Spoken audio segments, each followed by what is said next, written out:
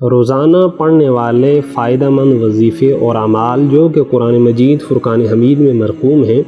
ان میں سے ایک وظیفہ آیت الکرسی کا ورد ہے۔ علامہ مفتی احمد یار خان نعیمی رحمۃ اللہ تعالی علیہ فرماتے ہیں، اگر کوئی شخص سوتے ہوئے آیت الکرسی جو کہ تیسرے سپارے کے اندر ایک بڑی آیا ہے، اگر اس کی وہ تلاوت کر کے سوتا ہے تو اس کا فائدہ کیا ہوگا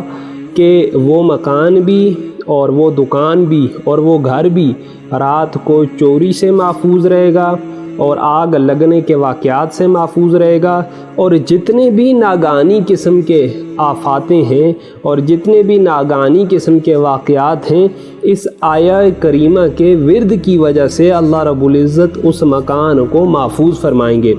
اور دوسری بات، اگر کسی بندے کو بدخوابی کی شکایت ہو، اسی طرح اگر جنات وغیرہ کا کوئی اثر ہو،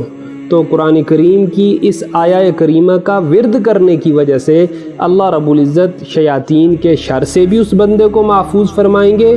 اور اللہ رب العزت بدخوابی سے بھی اس کو نجات عطا فرمائیں گے۔ اور اگر کوئی بندہ یہ چاہتا ہے کہ اس کا خاتمہ بالخیر ہو جائے، ایمان کے اوپر ہو جائے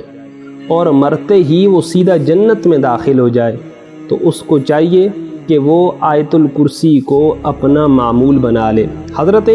علی کرم اللہ وجہ الکریم سے یہ روایت ہے کہ آقا علیہ الصلوۃ والسلام نے یہ ارشاد فرمایا کہ جو شخص ہر نماز کے بعد صرف ایک بار، یعنی 1 منٹ بھی نہیں لگتا، ہر نماز کے بعد صرف ایک بار وہ آیت الکرسی تلاوت کر لیتا ہے، تو فرمایا کہ اسے جنت میں داخل ہونے سے کوئی بھی چیز نہیں روک سکتی۔ ادھر اس کے جسم سے روح پرواز کرے گی، ادھر اللہ رب العزت اس بندے کو جنت الفردوس میں اعلیٰ مقام عطا فرما دیں گے۔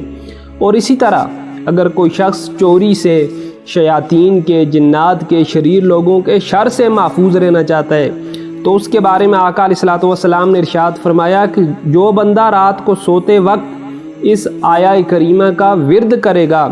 وہ بھی، اس کے پڑوسی بھی،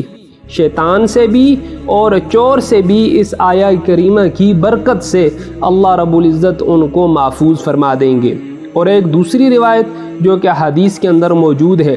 اگر بندے کے اوپر بہت ہی بڑی مصیبت آ جائے، بہت بڑی سختی آ جائے، تو حضور نے اس کا نسخہ بھی مجھے اور آپ کو ارشاد فرما دیا، فرمایا وہ آیت الکرسی پڑھ لے اور سورہ بقرہ کا آخری رکوع پڑھ لے، یہ پڑھ کے وہ اللہ رب العزت سے دعا کرے، بڑی سے بڑی مصیبت میں اللہ رب العزت اس کی فریاد رسی فرمائیں گے، اس کی مشکل کو، اس کی سختی کو دور فرمائیں گے۔ تو بارگاہ رب قدیر میں دعا ہے کہ اللہ تعالی ہمیں قرآن سے فیض حاصل کرنے کی توفیق عطا فرمائے۔